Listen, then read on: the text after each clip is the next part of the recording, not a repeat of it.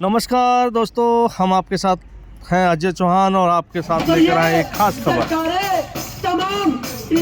तमाम police force को सड़कों पे उतार देती है कि जैसे कोई सही मांगो को लेकर जब हम सामने आए और इनके अपने सगे सिपाही बंदूकें ले आए।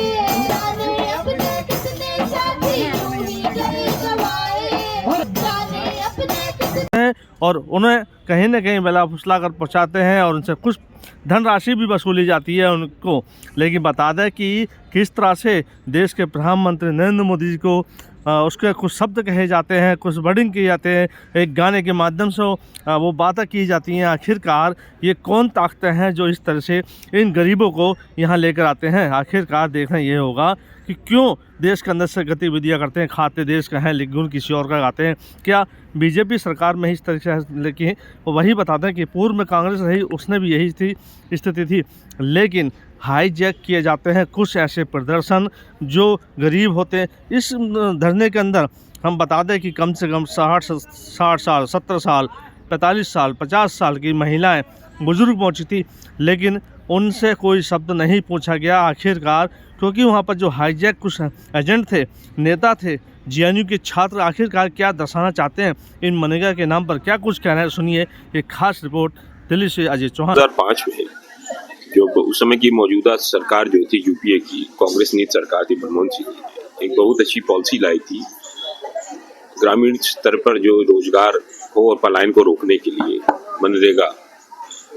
तो महात्मा गांधी रोजगार जो गारंटी कानून आया उसके माध्यम से बहुत सारे लोगों को रोजगार मिलने का एक रास्ता खुला। पहले क्या होता था आपको मालूम है कि हमारे देश में किसान है वो भूमिहीन किसान है जो खेतों में काम करते हैं, तो 60-70 दिन ही खेती पे काम रहता है, बाकी दिन वो बिना काम के रहते हैं। तो इसका आधार ये था, इसका काम ये था कि जो समय बचेगा खेती से उसमें जो प्रोडक्टिव वर्क और भी गांव में हो सकता है, तालाब खोदना हो, सड़क के निर्माण का हो या स्कूल की पेंटिंग हो, शौचालय बनाना हो, उसमें गांव के मजदूरों का इस्तेमाल किया जाएगा और उनको जो है एक मानदेय दिया जाएगा, यानी पैसा दिया जाएगा। 100 दिन की गारंटी। लेकिन अब तो स्थिति ये हो गई है कि सरकार जो है, ये मौजूदा सरकार जो नरेंद्र मोदी की आई हुई है, पिछले 2014 से लगातार बजट में कमी करते जा रही है। पहले 1 लाख प्लस करोड़ का बजट था, अब वो 60,000 करोड़ का हो गया। पता नहीं अभी इस समय कितना है, क्योंकि बजट के भी एलोकेशन का आ नहीं रहा। और जितनी भी योजनाएं, उसमें क्या होता है कि जितनी भी मजदूरों को योजनाएं दी जाती हैं, तमाम योजनाओं के अंतर्गत इनके काम होते हैं, वो सारे काम रोक दिए। कुछ जगह मशीन से काम कराने लगे हैं, कुछ जगह वो रोक भी दिया है। तो इस समय बहुत बड़ी स्थिति जो है देश के अंदर बेरोजगारी की सबसे ज्यादा, और खासकर ग्रामीण क्षेत्र में क्योंकि डिजिटल में क्या है कि अब आप ऑनलाइन कैसे करेंगे, अब कैसे मजदूर करेगा। हमारी फ्रीक्वेंसीज नहीं है, इंटरनेट के कनेक्शंस नहीं है, सिग्नल्स नहीं है, तो सरकार जो है इन लोगों को नुकसान पहुंचा रही है। और मैं एक चीज चेतावनी सरकार को देना चाहता हूं कि अगर इसी तरीके से इसी तरीके से आप लोगों ने इन लोगों को बेरोजगार रखा और आदमी के पेट में जब आग लगती है तो आदमी अगर आग लगेगी पेट में, लोगों के पास काम नहीं रहेगा, निराशा होगी, या तो पलायन होगा या अपराध बढ़ेंगे। और आप देख रहे हैं इस समय हरियाणा, पंजाब, उत्तर प्रदेश के अंदर खासकर मनरेगा के मजदूरों को जो पैसा नहीं मिला, गांव आप देख रहे हैं अपराध बढ़ता जा रहा है। तो हमारा डर यह है कि अगर इस तरह की चीजें नहीं हुई तो अपराध और लॉ एंड ऑर्डर की स्थिति बिगड़ेगी। तो हम सरकार से आग्रह करते हैं कि देश के इन लोगों को, जो इस देश के 80% जनता है, जिनके पास संसाधन नहीं है, उनको संसाधन देने का काम करें। आप की तरफ से मनरेगा वालों को हम उसका समर्थन करते हैं, क्योंकि आज देश के अंदर गरीब के लिए बजट नहीं है, गरीब के लिए पैसा नहीं है, खेती है।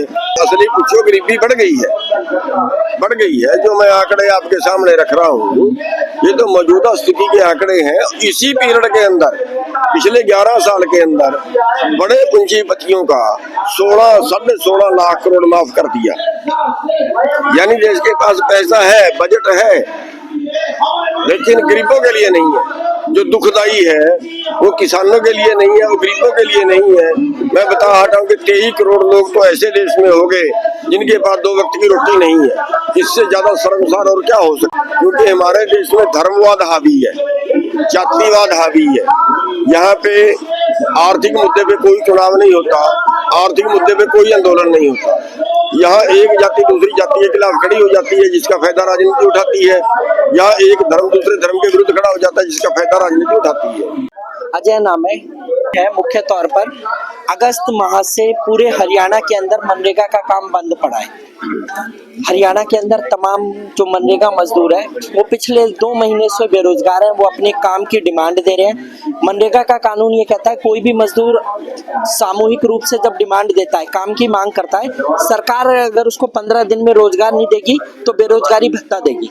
हम लोगों ने पिछले 2 महीने से तमाम गांव के मजदूरों ने अपने काम की डिमांड दी हुई है, लेकिन ना तो किसी मजदूर को काम मिला, ना कोई बेरोजगारी भत्ता मिला। हम लोग इन्हीं मांगों को लेके यहाँ पर आए हैं। दूसरा, जो मनरेगा मजदूरों के साथ मेट है, जो उनके काम को संचालित करते हैं, उनका 2 सालों से बकाया वेतन है। तो ये हम लोगों के मुद्दे हैं। नमस्कार दोस्तों, मैं आपके साथ अजीत चौहान और आप देख रहे हैं द न्यूज इंडिया। देश प्रदेश की हर छोटी बड़ी खबर हमारे चैनल पर देखते रहिए। हम आपको दिखाते रहेंगे नई नई बड़ी बड़ी खबरें अपने द न्यूज इंडिया चैनल पर।